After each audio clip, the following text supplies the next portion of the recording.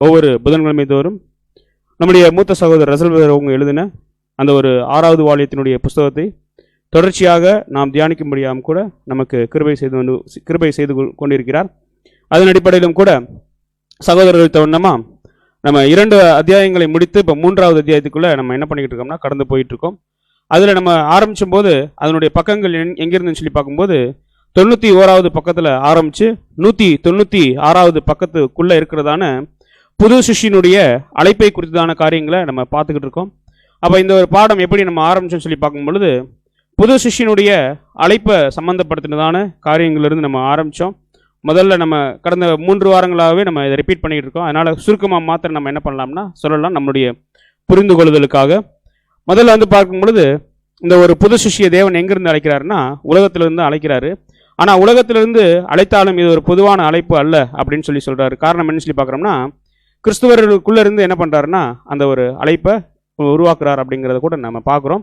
அதுக்கப்புறம் பார்க்கும் பொழுது இந்த ஒரு அழைப்பு அழைக்கப்பட்டவர்களுக்கு மட்டுமே தகுதியானது. அந்த அழைக்கப்பட்டவர்கள் தான் யாருன்னு சொல்லி பார்க்கும்போது பொதுவான அழைப்புக்குள்ளே வரக்கூடிய உலக ஜனங்கள் அல்ல, மாறாக கிறிஸ்துவின் நாமத்தில் ஆல்ரெடி பிரிக்கப்பட்டவங்க, உலகத்திலிருந்து பிரிக்கப்பட்டவங்கன்னு சொல்லி பார்க்குறோம். அப்போது இந்த மாதிரி அவங்களுக்கு தான் இந்த ஒரு அழைப்பு மிக முக்கியமான ஒரு அழைப்பாக இருக்குன்னு சொல்லி பார்க்கும் பொழுது அப்போ நமக்கு என்ன ஒரு கேள்வி வருதுன்னா பழைய ஏற்பாட்டு காலத்தில் இருக்கக்கூடிய வசனங்களை வைத்து பார்க்கும் பொழுது நமக்கே ஒரு கேள்வி வந்துச்சு. ஏன்னா இஸ்ரேல் ஜனங்களுக்கு இந்த ஒரு அழைப்பு தகுதியானதாக இருந்துச்சு. காரணம் தேவன் அவங்களோட என்ன பண்ணார்னா அதிகமாக இருந்த விஷயத்தை கூட நம்ம பார்த்தோம். அப்படி பார்க்கும் பொழுது சகோதரருடைய எழுத்துக்களில் நம்ம கண்டுபிடிச்சோம் அவர்களுக்கு ஒரு அழைப்பு இருந்தாலுமே அது பரலோகத்துக்குரிய அழைப்பு அல்ல அப்படிங்கிறத கூட நம்ம பார்த்தோம். அதனை தொடர்ந்து என்ன பார்த்தோம்னா அதாவது இந்த புது சிஷ்டிக்கு வந்து பார்க்கும் பொழுது இந்த ஒரு புது சிஷ்டிக்கு வந்து அழைப்புங்கிற ஒரு விஷயத்துக்குள்ளே வந்தாலுமே அந்த அழைப்புக்கு அவங்க ஜெயம் கொள்றதுக்கு உண்டான வாக்கு தத்தங்களும் மற்ற பார்க்கும் பொழுது வேறு பிரமாணங்களும் பழைய ஏற்பாட்டில் என்ன பண்ணலைன்னா இல்லை. மாறாக அவங்களுக்கு என்ன இருந்துச்சுன்னா நிழலும் பொருளும் அந்த மாதிரியான எடுத்துக்காட்டான பாத்திரங்கள் நிறைய பேர் என்ன பண்ணாங்கன்னா இருந்தாங்க. அதே நேரத்தில் வந்து பார்க்கும் பொழுது இந்த புது சிஷ்டிக்கு முழுவதுமாக எங்கே தான் இருக்குன்னு சொல்லி பார்க்கும்பொழுது புதிய ஏற்பாட்டில் தான் பிரமாணங்கள் இருக்கிறத நம்ம கண்டுபிடிச்சோம். அதனை தொடர்ந்து பார்க்கும் பொழுது இவ்வளோ பெரிய ஒரு மேன்மையான அழைப்பை ஏன் மேன்மை உள்ளவர்களுக்கு கொடுக்காம தேவன் இந்த மாதிரி பலவீனமானவர்களுக்கு கொடுத்தார் அப்படின்னு சொல்லி பார்க்கும் பொழுது மாம்சமான எவன் தேவனுக்கு முன்பாக பெருமை பாராட்டாதபடிக்கு தேவன் அப்படி செய்தார் அப்படிங்கிறத கூட நம்ம கண்டுபிடிச்சோம். அப்போ மேன்மை உள்ளவர்களுக்கு கொடுக்கல, அப்போ பலவீனமான நம்மளை வந்து நம்மளை நாமே தாழ்த்தி கொள்ளலாமா அல்லது தாழ்வாக எண்ணிக்கொள்ளலாமான்னு சொல்லி பார்க்கும்போது தேவன் அதுக்கும் என்ன சொல்லலைன்னா அப்படி வந்து விடுறதா இல்லை. ஏன்னா தேவன் சொல்லும் பொழுது உங்களை நான் ராஜரீகமான ஆசாரிய கூட்டமாக என்ன பண்ணியிருக்கேன்னா பரிசுத்த ஜாதியாக தெரிந்து கொண்டிருக்கேன். அப்போ அது யாருக்கும் கிடைக்காத ஒரு வாய்ப்பாக இருக்கிறதுனால அப்போ இந்த ஒரு உயர்வான இடத்துல உங்களை நான் வச்சிருக்கிறதுனால உங்களுடைய வாழ்க்கை கூட எப்படி இருக்கணும்னு சொல்லி பார்க்கும்போது இந்த புது சிஷ்யனுடைய வாழ்க்கை 3 நிபந்தனை குணலட்சணத்தை தேவன் என்ன பண்ணார்னா ரொம்ப ரொம்ப எதிர்பார்த்தார். அதில் ஒன்று என்னன்னு சொல்லி பார்க்குறோம்னா போராட்ட குணம். எது வரைக்கும் சொல்லி பார்க்கும் பொழுது நம்முடைய மூச்சு விடுகிற வரைக்கும் நம்மளுடைய போராட்ட குணம் இருக்கணும். அதுதான் சொல்லி பார்க்கும் பொழுது நல்ல போராட்டமாக மாறும் அப்படிங்கிற ஒரு கருத்தை கூட நம்ம பார்த்தோம். அதுக்கடுத்து பார்க்கும் பொழுது இந்த நிபந்தனை குணலட்சணங்களில் இன்னொரு மிக பிரதானமான ஒரு குணலட்சணம் என்ன சொல்லி பார்க்கும்போது நம்ம எந்த வேலையிலும் தேவனுடைய பிரதிநிதியாக பிரதிபலிக்க வேண்டும் அப்படிங்கிற ஒரு காரியத்தை கூட நம்ம படித்தோம். அதற்கப்புறம் அந்த நிபந்தனை குணலட்சணத்தில் அடுத்து என்ன ஒரு விஷயம் சொல்லி பார்க்கும் பொழுது நீங்கள் வந்து அடிமைகள் அல்ல, நீங்கள் சுயாதீனர் அப்படிங்கிற ஒரு விஷயம். அந்த சுயாதீனத்தை வைத்து நீங்கள் என்ன பண்ணணும்னா தானாக முன் வந்து ஆண்டவராகி இயேசு கிறிஸ்து எப்படி தன்னுடைய நியாயமான காரியங்களை பலியிட்டாரோ அதே மாதிரி தன்னுடைய சுயாதீனத்தை வைத்து பலி செலுத்தும் பொழுது தேவன் அந்த பலியில் பிரியமாக இருக்கிறார் அப்படிங்கிற ஒரு காரியத்தை கூட பார்த்தோம்.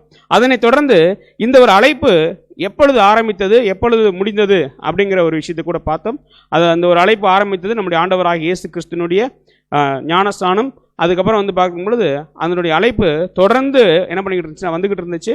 அப்போ சகோதரர் கொடுத்த கருத்தின்படி இந்த 2வது வால்யத்தில் இருக்கக்கூடிய இந்த பக்கங்கள் எல்லாம் வைத்து இந்த ஒரு அழைப்பு எப்பொழுதே முடிந்ததாக சகோதரர் சொல்கிறாருன்னு சொல்லி பார்க்கும் பொழுது நிறைய கணக்குகளை வைத்து சகோதரர் சரியாக என்ன பண்ணுறாங்கன்னா சொல்கிறாங்க 1881 என்ன பண்ணுதுன்னா அந்த ஒரு அழைப்பு முடிந்தது. அப்போ இப்போ அழைப்பு 1881 முடிஞ்சிருச்சு. இப்போ 2021 இருக்கக்கூடிய நமக்கு எவ்வாறு அப்படிங்கிறது தான் கடந்த 2 வாரத்துக்கு முன்னாடி நம்ம ஆராய்ச்சி பண்ணோம். அப்போது என்ன பண்ணோம்னா அழைப்பு என்ன பண்ணிடுச்சுன்னா முடிஞ்சிருச்சு. அந்த அழைப்பை விட்டுட்டு அந்த கிரீடத்தை தவறி விட்டாங்க இல்லைங்களா, அந்த கிரீடத்தை தவறி விட்டதற்கு பதிலாக நம்ம அந்த ஒரு வாய்ப்புக்குள்ளே கடந்து போனோம். உதாரணத்துக்கு சொல்லணும்னா யூதாஸ்க்கு பதிலாக யார் வந்தேன்னு சொல்லி பார்க்குறோம்னா அப்போஸ்தலனாகிய பவுல் வந்ததை போல் நம்ம என்ன பண்ணுறோம்னா உள்ளே வரப்போகிறோம் அப்படிங்கிறத கூட நம்ம உதாரணமாக நம்ம காண்பிக்கலாம். அடுத்து வந்து பார்க்கும் பொழுது இந்த ஒரு புது சிஷ்யனுடைய அழைப்பு இவ்வளவு மேன்மையாக இருக்கும் பொழுது இவங்க எப்படி அவங்களே தங்களுடைய வாழ்க்கையை ஓட்ட முடியும், அதாவது வாழ்க்கையை எப்படி நடத்த முடியும் இல்லைங்களா, அந்த நடத்த முடியறதுக்கு உண்டான ஒரு வாய்ப்பே இல்லைன்னு சொல்லிட்டு தான் தேவனே என்ன பண்ணுறாருன்னா ஆண்டவராகிய இயேசு கிறிஸ்துவை ஞானமாகவும் நீதியாகவும் அவருக்கு என்ன பண்ணுறாருன்னா பரிசுத்தமாகவும் மீட்பாகவும் நியமிக்கிறார் அப்படிங்கிற விஷயத்தில் முதல்ல நம்ம எங்கே ஆரம்பித்தோம்னா, ஆண்டவராகிய இயேசு கிறிஸ்து ஏன் நீதி, அதாவது ஏன் ஞானமாக இருக்கணும்னு சொல்லி பார்க்கும் பொழுது, ஞானம்னா என்ன அப்படிங்கிற ஒரு கேள்விக்குள்ளே கூட நம்ம போய் கண்டுபிடிச்சோம். அதுக்கப்புறம் என்ன பண்ணோம்னா, ஏன் ஆண்டவராகிய இயேசு கிறிஸ்து நமக்கு ஞானமாக விளங்க வேண்டும் அப்படிங்கிற ஒரு காரியத்தை ஆராயும் பொழுது தான் பரிபூரணத்தில் இருந்த ஏவாளை என்ன பண்ணிட்டாங்கன்னு சொல்லி பார்க்குறோம்னா, அதாவது அந்த ஞானத்தை தேடக்கூடிய வழிகளில் தவறு ஏற்பட்டு ஒரு வீழ்ச்சிக்குள்ளே போனாங்க. அப்போ நம்ம ஒரு பரிபூரணத்தில் இல்லை, அபூரணத்திலிருந்து பரிபூரணத்தை நோக்கி என்ன பண்ணிக்கிட்டு இருக்கோம்னா போய்கிட்டு இருக்கிறோம். அப்போது நமக்கு கண்டிப்பாக ஒரு ஆலோசகர் தேவை, இந்த ஒரு புது சிருஷ்டிக்கு தேவை என்று தேவன் என்ன பண்ணார்னா நியமித்தார். அப்படி இந்த ஒரு ஓட்டத்துக்குள்ளே வர்றவங்க கூட சரியாக யாருடைய ஞானத்தை பின்பற்றணும்னா கிறிஸ்துங்கிற ஞான வழிகாட்டியை பின்பற்றணும். மாறாக உலகத்திலும் என்ன இருக்குன்னா ஞானம் இருக்குது, அந்த ஞானத்தை என்ன பண்ணிடக்கூடாதுன்னா பின்பற்றி விடக்கூடாது. அதையும் கூட நம்ம என்ன பண்ணோம்னா பார்த்தோம். அப்போ உலகத்தில் ஒரு ஞானம் இருக்குது, அதே நேரத்தில் புது சிருஷ்டிக்குன்னு தேவன் கொடுக்கக்கூடிய ஞானம், அந்த ஞானம் எங்கேருந்து வருதுன்னா பரத்திலிருந்து வரக்கூடிய ஞானம் அப்படிங்கிறத கூட பார்த்தோம். அந்த வரக்கூடிய அந்த ஞானத்துக்குள்ளே கூட என்ன இருக்குன்னு சொல்லி பார்த்தோம்னா ஒரு ஒழுங்குமுறைகள் இருக்கிறத கூட நம்ம என்ன பண்ணோம்னா கவனிச்சோம். முதலாவது அது எதை எதிர்பார்க்கும்னா சுத்தத்தை எதிர்பார்க்கும். ஆனால் இந்த உலக மனிதர்கள் எதை எதிர்பார்ப்பாங்கன்னா சமாதானத்தை என்ன பண்ணுவாங்க, விலை கொடுத்து வாங்குறது கூட முதலாவது எத்தனிப்பாங்க. ஆனால் அதே நேரத்தில் தேவன் விரும்புவது அப்படி இல்லை. முதல்ல தேவனுக்கு பிரியமான சுத்தம், அதுக்கப்புறம் வருது தான் சமாதானம். அதனுடைய ஒழுங்கு வரிசைகளை ஃபுல்லாக நம்ம என்ன பண்ணோம்னா படித்தோம். அதனை தொடர்ந்து பார்க்கும் பொழுது அந்த மாதிரி உள்ளவருடைய வாழ்க்கை எப்படி இருக்கும்னா கனிகள் நிறைந்ததாக இருக்குங்கிறத கூட நம்ம கண்டுபிடிச்சோம். அதுக்கடுத்து பார்க்கும் பொழுது இந்த ஒரு புது சிருஷ்டிக்கு தேவன் அடுத்து என்ன இருக்கணும்னு நினைக்கிறாருன்னா கிறிஸ்து தான் நீதியாக இருக்கணும். அந்த கிறிஸ்து மூலம் தான் இவங்க என்ன பண்ணணும்னா நீதிக்குள்ளே ஆக்கப்படணும் அப்படிங்கிற ஒரு காரியத்தை கூட நம்ம பார்க்குறதுக்கு முன் வந்தோம். அதில் நம்ம முதல்ல என்ன கண்டுபிடிச்சோம்னா, அதாவது நீதிமான்னா என்ன அப்படிங்கிற அந்த ஒரு நீதிமான் ஆக்கப்படுதல்னா என்ன அப்படிங்கிற ஒரு பேருக்கு அர்த்தம் கண்டுபிடிச்சோம். அதுக்கப்புறம் பார்க்கும்போது இந்த நீதிமான் ஆக்கப்படக்கூடிய விஷயம் எப்பொழுது இருந்து தேவைப்பட்டதுன்னு சொல்லி பார்க்கும் பொழுது ஆதாமினுடைய கீழ்ப்படியாமை ஒரு விஷயம் வரும் பொழுது என்ன ஆயிடுறாங்கன்னா ஒட்டுமொத்த உலக ஜனங்களும் அதாவது எங்கே போயிடறாங்கன்னா தேவனை விட்டு மிக தூரத்தில் போயிடுறாங்க. அப்படி உள்ள ஜனங்களை மீண்டுமாக தேவன் என்ன பண்ணணும்னா அந்த நீதிக்குள்ளே உட்படுத்தணும். அது வரைக்கும் தேவனுடைய ஜனங்கள் அதாவது என்ன பண்ணுவாங்கன்னா தேவனை சேர முடியாமல் தூரத்தில் இருப்பாங்க. அப்போ இதற்கு வேறு வழியே இல்லையா அப்படிங்கிற ஒரு விஷயம் வரும்போது தான் தேவனுடைய திட்டத்தில் தேவன் யாரை காட்டுறாருன்னா உங்களுக்கு ஒரு வழி உண்டு. அது யாருன்னு சொல்லி பார்க்கும்போது நம்முடைய இரட்சகராகிய இயேசு கிறிஸ்து அப்படிங்கிற ஒரு விஷயத்தை காண்பிக்கிறார். அப்படி காண்பிக்கும் போது கூட இப்போ பார்க்கும்போது தொடர்ந்து அந்த நீதிமான் ஆக்கப்படுதல் எப்பொழுது தான் வருது அப்படின்னு சொல்லி பார்க்கும்போது 1000 வருட அரசாட்சியில் தான் வருது. அப்போ இந்த ஒட்டுமொத்த உலக ஜனங்களும் நீதிமான் ஆக்கப்படுறதுக்கு எது வரைக்கும் அவங்க காத்திருக்கணும் அப்படின்னு சொல்லி பார்க்கும் பொழுது 1000 வருட அரசாட்சி வரைக்கும் அதாவது பொறுத்திருக்க வேண்டுங்கிற ஒரு விஷயம் நம்ம பார்க்கும் பொழுது நமக்குள்ள ஒரு கேள்வி ஏற்பட்டது. அப்படின்னா இப்போ நம்ம என்ன பண்ணியிருக்கோம், சபையாக வந்திருக்கோம். நம்ம நீதிமான் ஆக்கப்பட்டாதானே நம்ம என்ன பண்ண முடியும்னா இந்த ஒட்டுமொத்த உலகத்த ஜனங்களுக்கும் இரட்சகரோடு சேர்ந்து ஒரு நலவாழ்வு கொடுக்க முடியும் அப்படிங்கிற விஷயத்தில் ஆராய்ச்சி பண்ணும்போது தான் நம்ம என்ன கண்டுபிடிச்சோம்னா தேவன் இப்போ என்ன பண்ணியிருக்காருன்னா நம்மளை நீதிமானாக எண்ணப்பட்டிருக்கிறார். அவருக்கு ஒரு கடன் கொடுத்து நம்மளை என்ன பண்ணியிருக்காருன்னா அந்த நீதிக்குள்ளே வாழ சொல்லியிருக்கிறார் அப்படிங்கிற ஒரு விஷயத்தை கூட கண்டுபிடிச்சோம். அப்போ இது எப்பொழுது முடியும் சொல்லி பார்க்கும் பொழுது ஒவ்வொரு தனிப்பட்ட மனிதனுடைய அல்லது ஒவ்வொரு புது சிஷ்யனுடைய தனிப்பட்ட வாழ்க்கையில் அவர் நான் காட்டக்கூடிய நல்வொழுக்கங்களை வைத்து தேவனுக்கு சித்தமாக அவர் வாழக்கூடிய வாழ்க்கையை வைத்து அவருடைய உயிர்த்தெழுதல்ல அது உறுதிப்படும் அப்படிங்கிறத கூட நம்ம பார்த்தோம். அதாவது அவங்க என்ன பண்ணுவாங்கன்னா வெளிப்படுத்தின விசேஷத்தில் சொல்றதுபடியாக அவங்க என்ன பண்ணுவாங்கன்னா அந்த ஒரு வஸ்திரத்தை வாங்கி கொள்ளக்கூடிய விஷயத்தை கூட நம்ம என்ன பண்ணோம்னா பார்த்தோம். அதாவது உண்மையான நீதிமான் ஆக்கப்படுதல்ங்கிறது ஒரு புது சிருஷ்டி கூட எப்போதான் நடக்குதுன்னா அவருடைய உயிர்த்தெழுதலில் தான் அது என்ன பண்ணப்படுதுன்னா உறுதிப்படுத்தப்படுகிறது அப்படிங்கிறத கூட நம்ம பார்த்தோம். அப்படி பார்க்கும் பொழுது அடுத்து எந்த விஷயத்துக்கு நேராக போனோம்னு சொல்லி பார்க்கும் பொழுது அப்போது கண்டிப்பாக நீதிமான் ஆக்கப்படுறவங்க தான் என்னன்னு சொல்லி பார்க்குறோம்னா இந்த கிறிஸ்துவுக்குள்ளே வந்தவங்க, சபையாக வந்தவங்க இல்லைங்களா.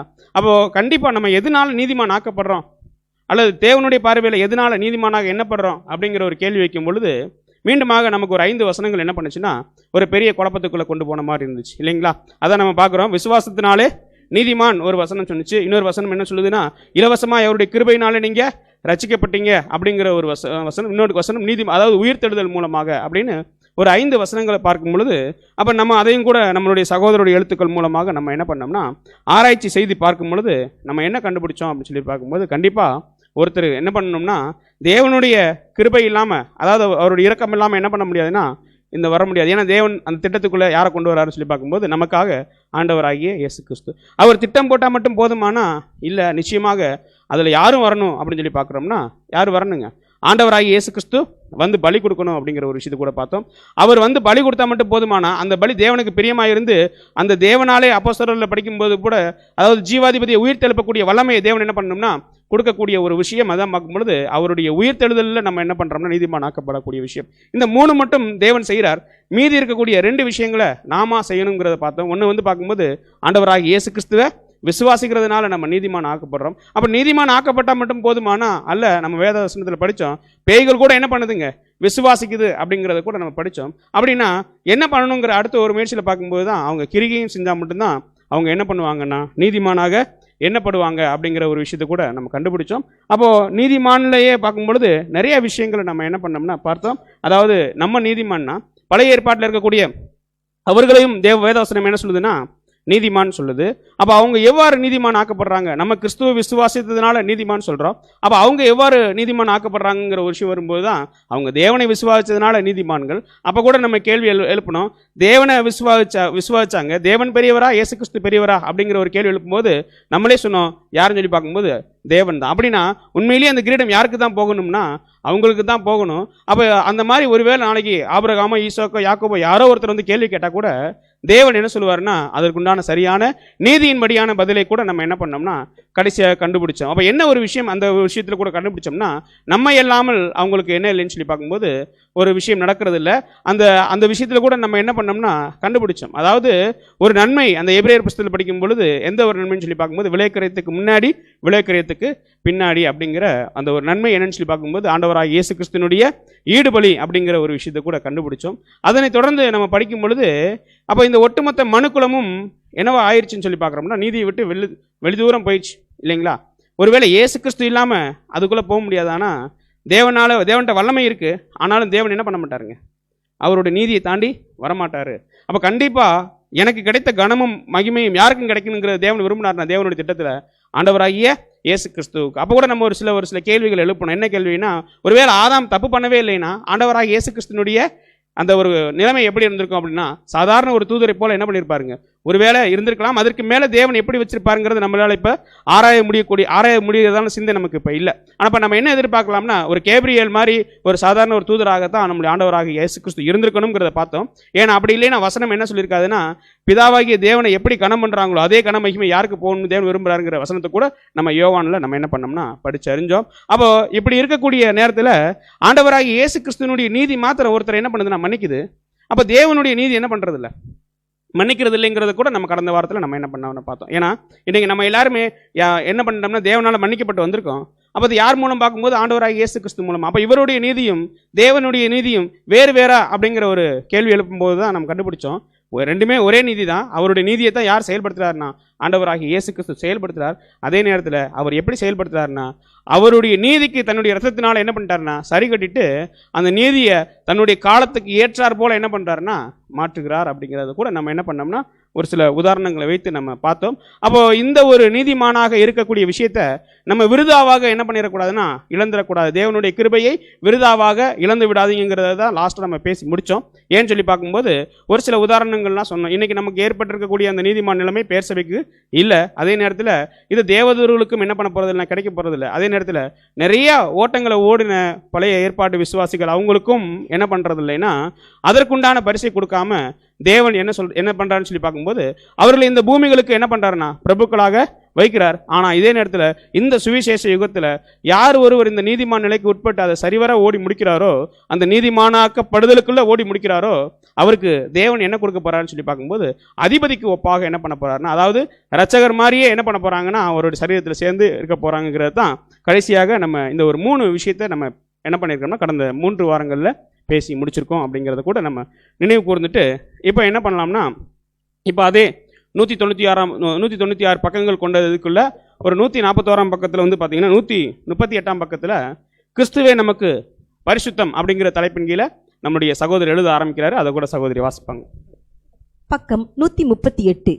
கிறிஸ்து நமக்கு பரிசுத்தமானார்.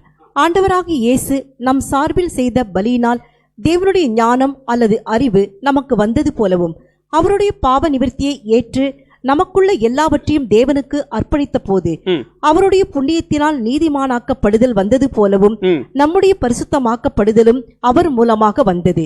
இங்கேதான் நம்ம கண்டுபிடிக்கிறோம் என்ன ஒரு விஷயம்னா, இப்ப எப்படி ஒருத்தருக்கு ஞானம் தேவையோ, எப்படி ஒருத்தருக்கு நீதி தேவையோ, அது இரட்சகர் மூலமா தான் வருதுங்கிறத கூட நம்ம பார்த்தோம்.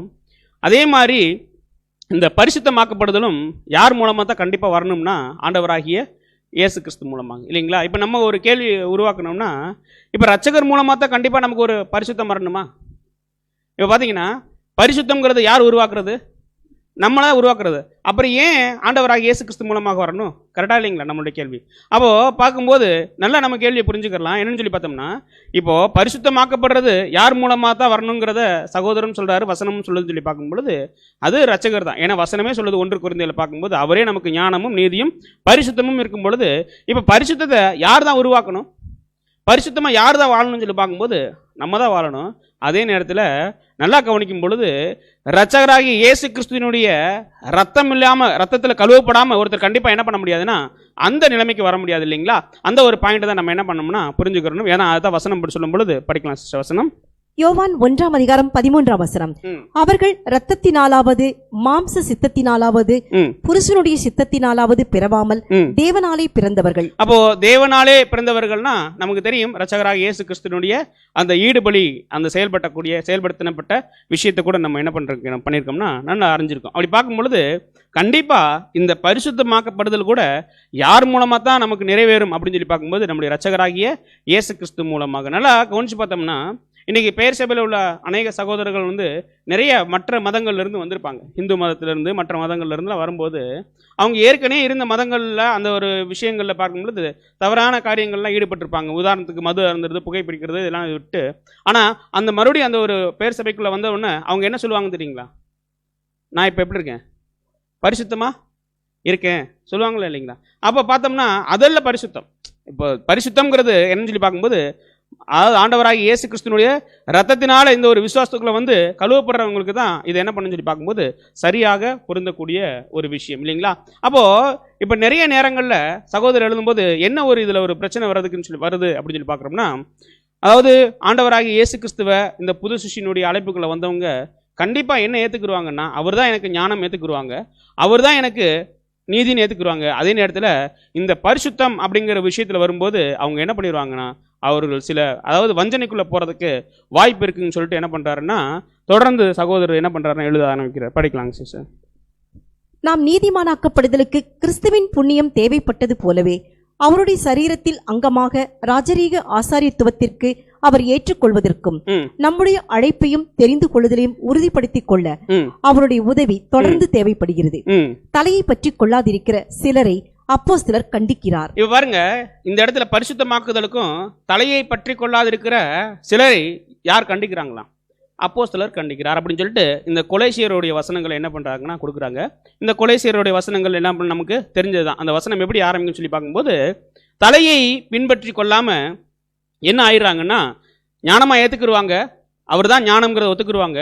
அதே நேரத்தில் அவர் தான் நீதிங்கிறத கூட என்ன பண்ணிடுவாங்கன்னா ஒத்துருவாங்க. ஆனால் அதே நேரத்தில் என்ன ஆயிடுவாங்கன்னு சொல்லி பார்க்கும்போது இந்த பரிசுத்தமாக்குதல் அப்படிங்கிறத யாரை கண் முன்னாடி கொண்டு வரணும்னா ஆண்டவராகிய இயேசு கிறிஸ்துவை தான் என்ன பண்ணணும்னா கண் முன்னாடி கொண்டு வரணும் எல்லா நேரங்களிலுமே. ஆனால் கொண்டு வர்றது நம்முடைய மனக்கண்களில் கொண்டு வர்றது ஆண்டவராகிய இயேசு கிறிஸ்துவை கொண்டு தங்களுடைய வாழ்க்கையை அதை அவரை பின்பற்றி பரிசுத்தமாக்கக்கூடிய விஷயத்தில் நிறைய வஞ்சனைகள் என்ன பண்ணிடும்னா நடந்துரும் அப்படின்னு சொல்லிட்டு தான் சகோதரர் எந்த வசனத்தை கோட் பண்ணி காட்டுறாருன்னா வசனம் படிக்கலாங்க சிஸ்டர்.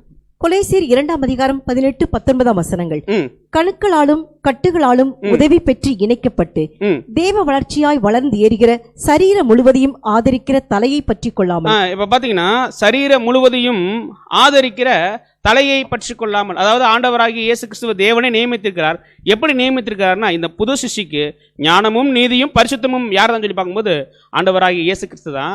அவரை என்ன பண்ண மாட்டாங்கன்னா சில நேரங்களில் அவரை வைக்க வேண்டிய இடத்துல தலையை பின்பற்றி, அதாவது கணுக்களாலும் கட்டுக்களாலும் உதவி பெற்று இணைக்கப்பட்ட அந்த ஒரு தேவ வளர்ச்சியாய் வளர்ந்து இருக்கிற சரீரம் முழுவதும், நம்மெல்லாம் சரீரம் இல்லைங்களா, இந்த ஒரு சரீரம் அந்த ஒரு தலையை வைக்க வேண்டிய இடத்துல என்ன பண்ணாதுன்னா தலையை வைக்காம என்ன பண்ணுதுன்னு சொல்லி பார்க்கும்போது தொடர்ந்து படிங்க. மாயமான தாழ்மையிலும் மாயமான தாழ்மையிலும் தேவதூதர்களுக்கு செய்யும் ஆராதனையிலும் விருப்பமுற்று காணாதவைகளிலே துணிவாய் நுழைந்து. அப்ப பாத்தீங்கன்னா இப்போ என்னன்னு சொல்லி பார்க்கும்போது இவங்களுடைய பரிசுத்தமாக்கப்படுதல்ல யாரை கொண்டு வந்து வச்சிடறாங்க? இப்போ மாயமான தாழ்மையில தேவதூதர்களுக்கு செய்யும் ஆராதனை. அப்ப நமக்கு தெரியும் தேவதூதர்கள்னா யாருன்னா, இது ஒரு கட்ட காலத்துல கொலேசிய சபைக்கு சொல்லப்பட்ட வசனம் தான்.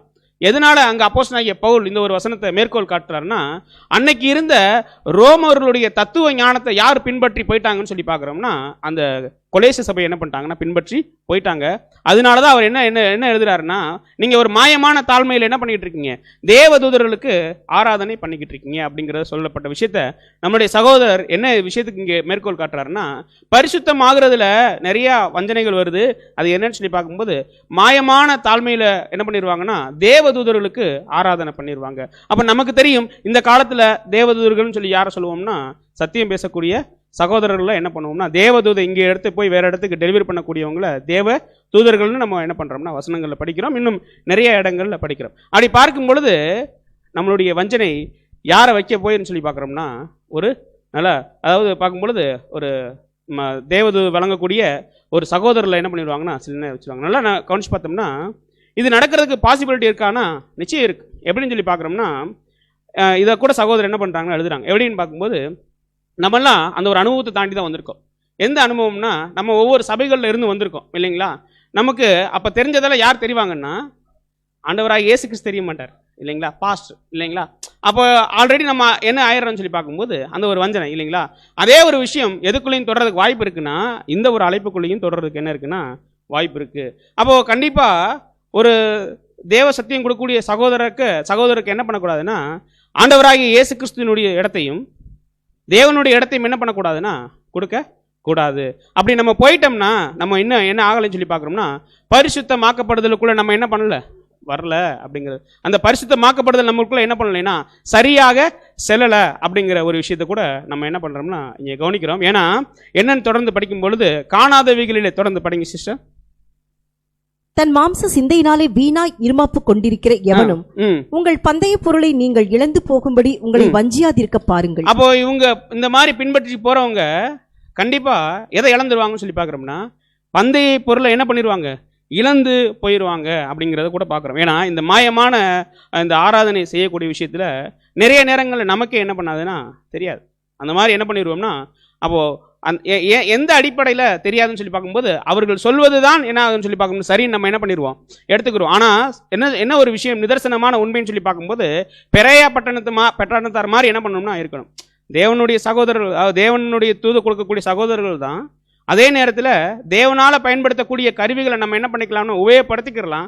ஆனால் அது எந்த அளவுக்குன்னா அதுக்குன்னு ஒரு அளவு என்ன பண்ணியிருக்காருன்னா தேவன் என்ன பண்ணியிருக்காருங்க நியமிச்சிருக்கிறார் அப்படிங்கிறத கூட நம்ம என்ன பண்ணுறோம்னா பார்க்குறோம். ஏன்னா அப்போ இதில் என்ன ஆயிரதுக்கு வாய்ப்பு இருக்குன்னு சொல்லி பார்க்கும்போது வஞ்சனை வர்றதுக்கு என்ன இருக்குன்னா வாய்ப்பு வர்றதை கூட நம்ம பார்க்கணும். நல்லா கவனிச்சு பார்த்தோம்னா நம்ம எதுக்கெடுத்தாலும் ஒரு தேவதூது கொடுக்கக்கூடிய ஒரு சகோதரன்ட்டே ஒரு எல்லா விஷயத்துக்குமே போகிறோம்னு வைங்க. உதாரணத்துக்கு ஒரு பைபிள்லேயே ஒரு வசனம் டவுட்டுன்னு வைங்க, நம்ம உடனே அவங்களுக்கு ஃபோன் பண்ணி கேட்கலாமா? கேட்கக்கூடாதுங்கிறதுக்கு நம்ம வரல. கண்டிப்பாக நம்மளுடைய சகோதரர்கள் தான் கேட்கலாம். ஆனால் அதுக்கு முன்னாடி ஏன் அவங்கள நம்ம அந்த ஒரு விஷயத்தில் நம்ம கொண்டு வரோம்னா நம்ம என்ன நினச்சிருவோம், சப்ஜெக்ட் எடுக்கக்கூடிய சகோதரர்களுக்கு அதிகமான பரிசுத்த ஆவியை தேவன் என்ன பண்ணியிருப்பாருங்க கொடுத்துருப்பாருன்னு நம்ம நினைக்கிறது வந்து சரியான விஷயம் தான். அதே நேரத்தில் இப்போ ஒரு கேள்வி நமக்கு தேவன் எழுப்புறாருன்னா அந்த பரிசுத்த ஆவியை நம்ம உங்களுக்கு தரலையா? அப்போது தேவன் என்ன பண்ணுறாருங்க, அவனுடைய அளவின்படி என்ன பண்ணியிருக்காருங்க பகிர்ந்து கொடுத்துக்கும் பொழுது அவன் முதல்ல நம்ம என்ன பண்ணணும்னா, தேவன் நமக்கு பைபிளில் ஒரு கேள்வியை உருவாக்குறாருன்னா அதன் இண்டிவிஜுவலாக நம்ம என்ன பண்ணணும்னா ஆராயணும். ஒருவேளை ஆராய்ஞ்சு நமக்கு விட கிடைக்கல, அல்லது ஒரு ஆங்கிலத்தில் இருக்குது, அல்லது ஒரு எபிரேய மொழியினுடைய அர்த்தம் தெரியலேன்னு பட்சத்தில் நம்ம என்ன பண்ணலாம்னா கண்டிப்பாக தேவன் கொடுத்த கருவிகளை தாராளமாக உபயோகிக்கிறதுக்கு தேவன் நமக்கு என்ன பண்ணியிருக்காருன்னா வாய்ப்பு கொடுத்துருக்காரு. அதே நேரத்தில் எல்லா சூழ்நிலையிலுமே அப்படி போயிட்டோம்னா நம்மளுடைய வளர்ச்சிங்கிறது வந்து பார்க்கும் பொழுது யாரை பின்பற்றி இருக்கும்னா அந்த மாயமான தேவதூதர்களுக்கு செய்யக்கூடிய ஆராதனை. அப்போ இது ஒரு மிகப்பெரிய வஞ்சனை. ஏன்னா இப்போ தலையை வைக்க வேண்டிய இடத்துல தேவதூதர்களுக்கு செய்யக்கூடிய அந்த ஒரு விஷயத்தை வச்சுட்டோம்னா அவங்களுக்கு என்ன இல்லைன்னு சொல்லி பார்க்குறோம்னா பந்தய பொருளை அவங்க என்ன பண்ணிடுவாங்களாம் இழந்து போகக்கூடிய ஒரு விஷயத்தை கூட நம்ம பார்க்குறோம். அடுத்து பார்க்கும் பொழுது ஏன்னா இப்போ நம்மளை நல்லா கவனிச்சோம்னா தேவன்கிட்ட கொண்டு போய் செய்யக்கூடியதுக்கு ஒரே ஒருத்தர் தான் வழி இல்லைங்களா? மாம்சமான எந்த சகோதரருமே அல்லது இந்த புது சிஷ்யனுடைய அழைப்பில் வந்து எந்த சகோதரருமே கொண்டு போய் சேர்த்துருவாங்க நம்மளால உறுதியாக சொல்ல முடியுமா? அவங்க போகிறதே என்ன இருக்குன்னு சொல்லி பார்க்கும்போது கேள்விதான் இல்லைங்களா? ஏன்னா நிறைய இந்த ஒரு புது சிஷ்யனுடைய அழைப்பு ஓட்டம்ங்கிறது வந்து பார்க்கும்போது சாதாரண ஓட்டம் அல்ல அப்படிங்கிறதுக்காக தான் சகோதரர் என்ன பண்றாருன்னா இத்தனை விஷயங்களை எழுதுறாரு. ஏன்னா அவரே தான் வழி, அவர் தான் தேவனுடைய பிரதிநிதி இல்லைங்களா? அப்ப மற்ற எல்லா சகோதரர்களுமே எப்படி இருக்காங்கன்னா தலையாக இல்லாம அவருக்கு சரீர அங்கங்களாக இருக்காங்க அப்படிங்கிறத நம்ம என்ன பண்ணிடணும்னா மனசுல வச்சிடணும். ஒருவேளை இந்த மாதிரி வஞ்சனைக்குள்ள போறவங்கள தேவன் என்ன பண்றாருன்னு சொல்லி பார்க்கும் பொழுது சகோதரர் அப்படியே தொடர்ந்து எழுதுறாங்க. படிங்க சிஸ்டர். யோவான் 15:4 என்னில் நிலைத்திருங்கள், நானும் உங்களில் நிலைத்திருப்பேன். கொடியானது திராட்சை செடியில் நிலைத்திராவிட்டால் அது தானாய் கனி கொடுக்க மாட்டாதது போல நீங்களும் என்னில் நிலைத்திராவிட்டால் கனி கொடுக்க மாட்டீர்கள். அப்போ கண்டிப்பா இயேசு கிறிஸ்துவோட நினைச்சிருந்தா மட்டும்தான் நம்ம என்ன பண்ண முடியும்னா கனி கொடுக்க முடியும் அப்படிங்கறத கூட நம்ம என்ன பண்றோம்னா பாக்குறோம். ஒருவேளை அந்த மாதிரி இயேசு கிறிஸ்துக்குள்ள நிலைத்திராத கொடி எதுவோ அதை தேவன் என்ன பண்ணிடுறாருன்னு சொல்லி பாக்குறோம்னா அதை கட் பண்ணிடுறாரு. அதை யூதாஸ் மாதிரி என்ன பண்ணிடுறாருன்னா கட் பண்ணிடுறாரு அப்படிங்கறத கூட நம்ம என்ன பண்றோம்னா பாக்குறோம். ஒருவேளை இப்ப நமக்கு ஒரு கேள்வி வரலாம், இந்த பரிசுத்தமாக்குதல் அப்படிங்கிற ஒரு விஷயத்துல இயேசு கிறிஸ்து இல்லாம, அதாவது நம்ம பார்த்தோம் ஒரு எந்த ஒரு சகோதரனும் என்ன பண்ணிட முடியாதுங்க, கொண்டு போய் சேர்க்க முடியாது தேவன்ட்ட அப்படிங்கிறத பார்க்குறோம் இல்லைங்களா? அதே நேரத்தில் இன்னொரு கேள்வி எழுப்பலாம், இயேசு கிறிஸ்து இல்லாம தேவன்ட்ட டைரக்டா போயிட முடியாதா? ஒரு பரிசுத்தமாக்குதல்ங்கிறத வந்து தேவன் உருவாக்குனாலுமே அதை தொடர்ந்து செயல்படுத்த போறது யாருன்னா அந்த ஒவ்வொரு புது சிருஷ்டி, தனிப்பட்ட புது சிருஷ்டி தான் செயல்படுத்த போறாரு. அப்படி செயல்படுத்தும் பொழுது நான் பரிசுத்தமாகக்கூடிய காரியத்தில் நான் டைரக்டா தேவன்ட்ட போக முடியாதா அப்படின்னு ஒரு கேள்வி எழுப்பினோம்னா வசனத்தை நம்ம என்ன பண்றோம்னா கண்டுபிடிக்கிறோம். வாசிக்கலாம் வசனம். எபிரேயர் 10:31 ஜீவனுள்ள தேவனுடைய கைகளில் விழுகிறது, பயங்கரமாய் இருக்குமே. அப்போ ஜீவனுள்ள தேவனுடைய கரங்கள்ல விழுகிறது எப்படி இருக்குன்னு சொல்லி பாக்குறோம்னா பயங்கரமா இருக்கு. தேவன்கிட்ட போய் டைரக்டா நம்ம என்ன பண்ணிட முடியாதுங்க, போகவே முடியாது. அதனால சொல்றாரு, உங்களுக்கு நீதியாகவும் ஞானமாகவும் பரிசுத்தமாகவும் நான் யாரை நியமிக்கிறேன்னா ஆண்டவராகிய இயேசு கிறிஸ்துவை நான் என்ன பண்றேன்னா நியமிக்கிறேன். ஒருவேளை நீங்க டைரக்டா வந்தீங்கன்னா என்னுடைய நீதிக்கு முன்னாடி உங்களுடைய விஷயம் எதுவுமே என்ன பண்ணான்னு சொல்லி பார்க்குறோம்னா நிற்காது அப்படிங்கிறத கூட நம்ம என்ன பண்ணுறோம்னா பார்க்குறோம். அப்போ நல்லா கவனிச்சு பார்க்கும்போது கடந்த வாரமே நம்ம ஒரு விஷயத்தை பார்த்தோம். ஆண்டவராகி இயேசு கிறிஸ்துனுடைய நீதி வேறையா தேவனுடைய நீதியா வேறையான்னு பார்க்கும்போது ரெண்டுமே ஒன்று தான் அப்படிங்கிறத கண்டுபிடிச்சேன். இப்போ பாருங்க, இப்போ டைரெக்டாக தேவன்கிட்ட என்ன பண்ண முடியாதுங்க, போக முடியாது. அவர் எப்படிப்பட்டவராக இருக்காரு அப்படின்னு சொல்லி பார்க்கும்போது பச்சிக்கிற அக்கினியாக இருக்கிறாருங்கிறத கூட நம்ம என்ன பண்ணுறோம்னா பார்க்குறோம் இல்லைங்களா? அப்போ பச்சிக்கு அக்கினியாக தேவன் இருக்காருன்னா அவர்கிட்ட வெறும் நீதி மட்டும் தான் செயல்படும், அன்பு செயல்பட முடியாதுன்னு சொல்ல முடியுமா? சகோதரர் எழுதும்போது தொடர்ந்து இதை எழுதுறாரு. அப்போ தேவனுடைய பார்வையில் நம்ம பார்க்கும்போது அவருடைய நீதி என்னவா இருக்குன்னா ரொம்ப ரொம்ப இருக்கு. நம்ம சங்கீதத்தில் சங்கீதம் 84 படிக்கிற மாதிரி நீதி நியாயம் சிங்காசனத்தின் அவருடைய சிங்காசனத்தின் ஆதாரம் படிக்கிற மாதிரி, அப்போ அந்த நீதி இருக்கிறதுனால தான் அவர் எப்படி இருக்காருன்னா பச்சிக்கிற அக்கினியா இருக்கிறாரு அப்படிங்கிற ஒரு கேள்வி எழுப்பினாலுமே இப்போ சகோதரர் தொடர்ந்து எழுதும் பொழுது எப்படி எழுதுறாருன்னா, அதாவது தேவன் பச்சிக்கிற அக்கினி தான், அதே நேரத்தில் வந்து பார்க்கும்போது தேவனுடைய அன்பு அவருடைய நீதியை காட்டிலும் என்னவா இல்லைங்க. ஒருவேளை நம்ம என்ன நினைச்சிடலாம்னா அவர்கிட்ட நீதி அதிகமாக இருக்கிறதுனால அன்பு என்னவா இருக்குங்க குறைவா இருக்கோ அப்படின்னு நம்ம என்ன பண்ணிட முடியாதுன்னா எடை போட்ட முடியாது. ரெண்டுமே என்னவா இருக்குன்னு சொல்லி பார்க்கும்போது சராசரியா இருக்கு. உண்மையா இல்லைன்னா கண்டிப்பாக உண்மைதான். இப்போ பிரிந்து போன மனுக்குலத்தை விட்டுட்டு தேவனுடைய வல்லமை இருந்துச்சு, அவர் போகாதபடிக்கு எது தடுத்துச்சுன்னா அவருடைய நீதி தடுத்துச்சு இல்லைங்களா?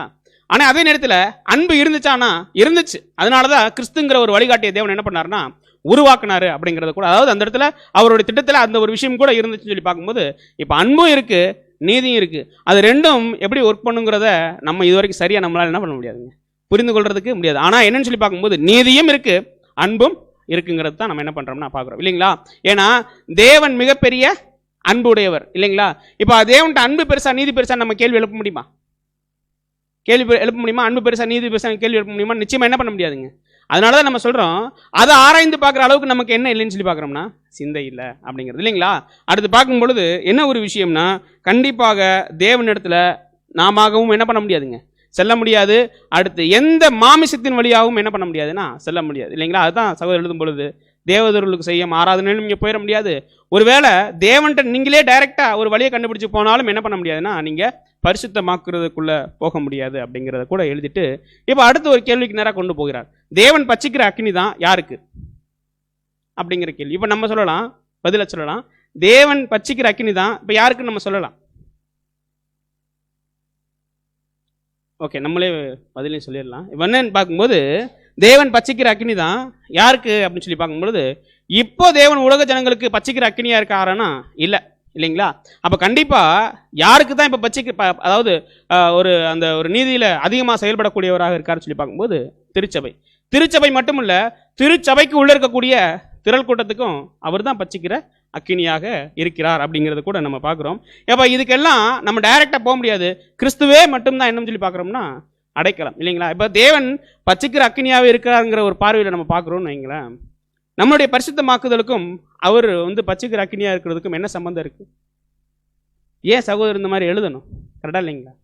இப்போ நம்ம பரிசுத்தமாக்கப்படுதல் யாருன்னு சொல்லி பார்க்கும்போது கிறிஸ்துங்கிற விஷயம் பார்த்துட்டு வரோம். அதில் ஏன் பட்சிக்கிற அக்கினியாக தேவனை கொண்டு வந்து இங்கே வைக்கணும்? பரிசுத்தமாக்கப்படுதலுக்கும் அதுக்கு என்னன்னு சொல்லி பார்க்கும்போது நம்மளுடைய பாவத்தை யார் எரிக்கிறா தெரியுங்களா? கிறிஸ்து மூலமாக அந்த பலியை யார் வாங்கிக்கிறாருன்னா தேவன் இல்லைங்களா? நல்லா கவனிச்சு பார்த்தோம்னா நம்ம என்ன பலி செலுத்தினாலுமே சரி, அதை தேவன் என்ன பண்ணுறாருன்னு சொல்லி பார்க்கும்போது கிறிஸ்து மூலமாக என்ன பண்ணுறாருங்க?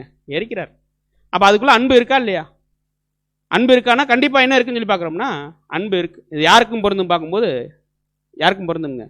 திரள் கூட்டத்துக்கும் பொருந்தும். அதே நேரத்தில் இப்போ தேவன் பாவத்தை வெறுக்கிறார், அதான் அவருடைய இயல்பு இல்லைங்களா? பாவத்தை வெறுக்கிறார், ஆனால் பாவியை நேசிக்கிறார் இல்லைங்களா? அப்போ ரெண்டுமே இதுக்குள்ளே செயல்படக்கூடிய விஷயத்தை கூட நம்ம என்ன பண்ணுறோம்னா பார்க்குறோம் இல்லைங்களா? ஏன்னா இந்த பரிசுத்தமாக்கப்படுதல் இப்போ மட்டும் இல்லை, இது ஒட்டு மொத்தமாக எப்போ வரைக்கும் போகும்னு சொல்லி பார்க்குறோம்னா யுகாயுகத்தில் முழுவதுமாக கண்டிப்பாக ஒருத்தர் கூட என்னவா இருக்க மாட்டாங்கன்னா பரிசுத்தமாக்கப்படாதவர்களாக இருக்க மாட்டாங்க. கம்ப்ளீட்டாக எல்லாருமே எப்படி இருப்பாங்கன்னு சொல்லி பார்க்குறோம்னா பரிசுத்தமாக்கப்பட்டவங்களா இருப்பாங்க. இந்த பரிசுத்தமாக்கப்படுதல் 1000 வருட அரசாட்சியில் கூட எவ்வாறாக செயல்படுதுன்னு சொல்லி பார்க்கும்போது படிங்க சார். இந்த மேலே 139 140 பக்கம்.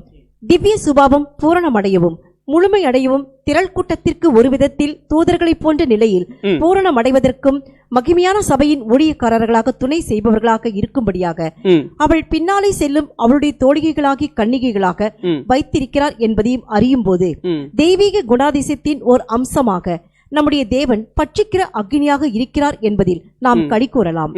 அடுத்தபடியாக பழைய ஏற்பாட்டு கால விசுவாசிகள் மனித சுபாவத்திலும் மாம்சத்தில் தேவனுடைய சாயல் உள்ளவர்களாகவும் பரலோக ராஜ்யத்தின் மகிமையடைந்த பிரதிநிதிகளாகவும் பூலோகத்தில் உள்ள எல்லா குடும்பங்களுக்கு திவ்ய ஆசீர்வாதங்களை கொண்டு வருகிற வழிகளாகவும் பூரணப்படுத்தப்படுவார்கள்.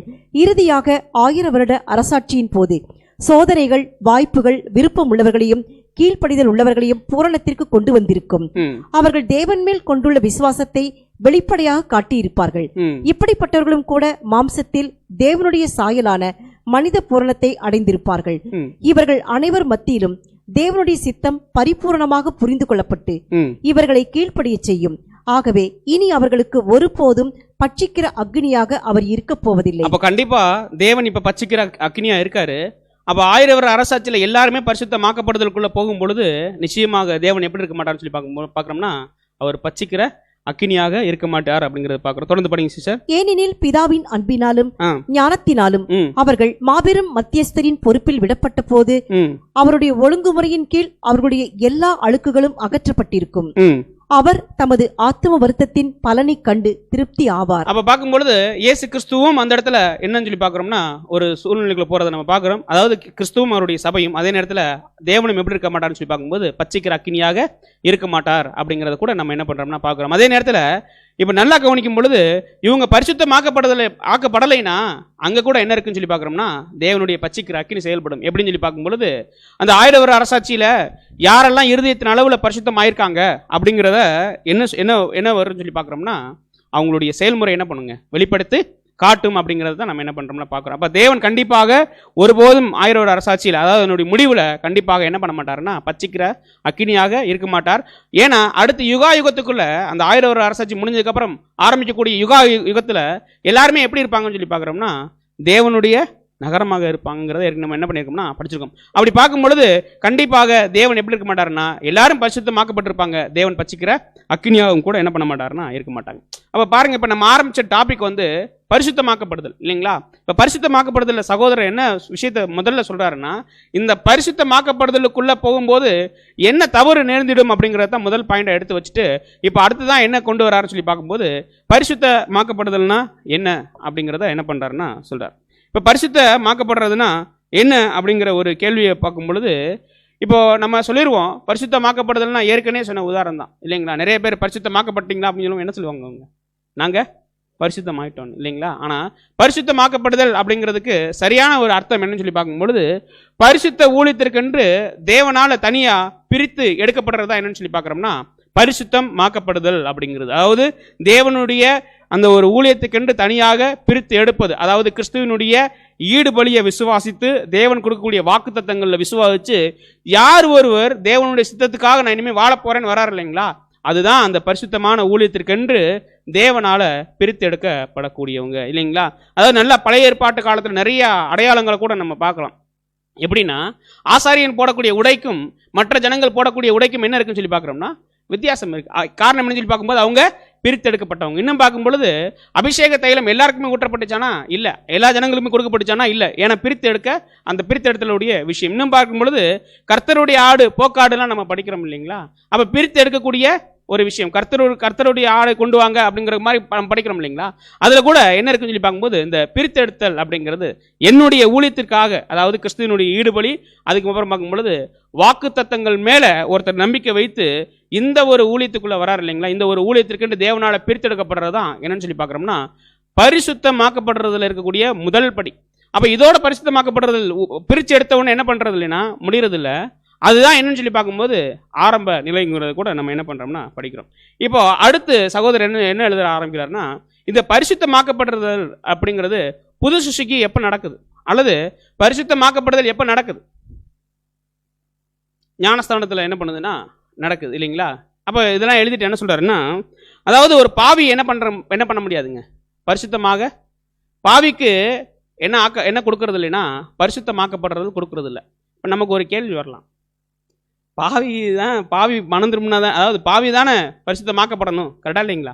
அப்போ சகோதரர் எழுதும் பொழுது இந்த நீதிமானாக்கப்படுதல், அதை மன்னிக்கணும், பரிசுத்தமாக்கப்படுதல் எப்போ நடைபெறுது அப்படின்னு சொல்லி பார்க்குறோம்னா, நம்ம என்ன நினச்சிக்கிறோம்னா மனம் திரும்பிட்டாங்க, அதாவது ஒரு பாவியை மன்னிக்கப்படும் போது அவர் பரிசுத்தமாக்கப்படுறாருன்னு நம்ம என்ன பண்ணிடுறோம் நினச்சிடறோம். ஆனால் என்னன்னு சொல்லி பார்க்கும்போது ஒரு பாவி பரிசுத்தமாக்கப்படும் போது கொடுக்கப்படக்கூடிய நிலைமை என்னன்னு சொல்லி பார்க்குறோம்னா, முதல்ல அவர் என்ன பண்ணணும், மனம் திரும்பின உடனேயே அவருக்கு அந்த பரிசுத்தமாக்கப்படுதல் வந்துருமானா இல்லை. மனம் திரும்பி இரட்சகரை ஏற்றுக்கொண்டு அவர் எப்போ ஞானஸ்தானம் எடுக்கிறாரோ அப்போ நீதிமானாக என்ன பண்ணுறாருங்க, ஆக்கப்படுறாரு. நீதிமானாக ஆக்கப்பட்டதுக்கு அப்புறம் தான் இந்த பரிசுத்தமாக்கப்படுதல், இவர் என்னுடைய ஊழியத்துக்கு சரியானவரா. எல்லாருமே நீதிமான் ஆக்கப்படுறவங்க தான், நீதிமானாக என்ன பண்ணுறவங்க தான். மன்னிக்கணும், நம்ம அந்த ஒரு வார்த்தையை நம்மளே உச்சரித்தாலும் நீங்கள் திருத்திக்கணும். என்னன்னு சொல்லி பார்க்குறோம்னா எல்லாருமே நீதிமானாக எண்ணப்பட்டு இந்த ஒரு அழைப்புகளை வர்றவங்க தான். அத்தனை பேருமே தேவன் பரிசுத்தப்படுத்துறாரா அப்படின்னா அத்தனை பேருமே பரிசுத்தமாக்குதலில் கடைசி வரைக்கும் போயிடுறாங்கன்னா இல்லை. யார் ஒருவர் முடிவு பரியந்தம் எல்லா விஷயத்திலும் நிற்கிறாரோ அவர் தான் அந்த வார்த்தைக்கு என்ன ஆகிறாரு சொல்லி பார்க்கும்போது தகுதியானவர். நீதியாகட்டும் ஞானமாகட்டும் எல்லா விஷயங்களிலுமே அவர் தான் என்ன பண்ண பார்க்கும்போது தகுதியானவர். அப்படி பார்க்கும்பொழுது இந்த பரிசுத்தமாக்கப்படுதல் எத்தனாவது நிலையாக இருக்குன்னு சொல்லி பார்க்குறோம்னா 3வது நிலையாக இருக்குது. கரெக்டாக இல்லைங்களா? இப்போ மனம் திரும்புதல்ங்கிற ஒரு விஷயம் நடக்கணும். அதுக்கடுத்து மனம் திரும்பினாதான் அவருக்கு ஞானஸ்தானத்துக்குள்ளே அவர் என்ன பண்ணுவாருங்க, வருவார் இல்லைங்களா. பேசிக் படிக்கும்போது நம்ம அந்த ஒரு பரிசுத்தமாக்கப்படுதலில் வந்துடுவோமா? கண்டிப்பாக முடியாது. வசனம் சொல்லுது, அவருடைய வசனம் நம்மளை என்ன பண்ணுங்க பரிசுத்தமாக்கம் சொல்லுது. ஆனால் 1000 முடியுமானா 1000 முடியாது. அதே நேரத்தில் அதுக்குன்னு என்ன இருக்குன்னு சொல்லி பார்க்கும்போது அவர் நீதிமானாக முதலாவது எண்ணப்படணும். அந்த நீதிமானாக எண்ணப்பட்ட நிலைமையில் அப்போதான் அவருக்கு என்ன பண்ணப்படுதுன்னா இந்த பரிசுத்தமாக்கப்படுதல் கொடுக்கப்படுது. இந்த ரெண்டுமே கடைசி வரைக்கும் என்ன பண்ணணும்னு சொல்லி பார்க்குறோம்னா, அதாவது நீதிமான் ஆக்கப்படுதலும், ஏன்னா நீதிமானாக அவர் ஆக்கப்படணும், அவர் எண்ணப்பட்டிருக்கார். அதே நேரத்தில் பரிசுத்தமாக்கப்படுதல்ங்கிற விஷயம் ஒரு நாளில் ஒரு நிமிஷத்தில் நடந்து முடிகிறது இல்லை. அது தொடர்ந்து என்ன பண்ணணும்னு சொல்லி பார்க்கும்போது நடைபெற வேண்டியதாக இருக்குது. அப்போது நம்ம கண்டுபிடிக்கிறோம் பரிசுத்தமாக்கப்படுதல்ங்கிறது சகோதரர் எழுதும் பொழுது அது ஒரு 3வது நிலை அப்படிங்கிறது எழுதுறாரு. அடுத்து இந்த பரிசுத்தமாக்கப்படுதல் எந்த யுகத்தில் மட்டும் நடக்கும்? இப்போ நீங்கள் படித்ததை வச்சு நீங்கள் பதில் சொல்லிடலாம்.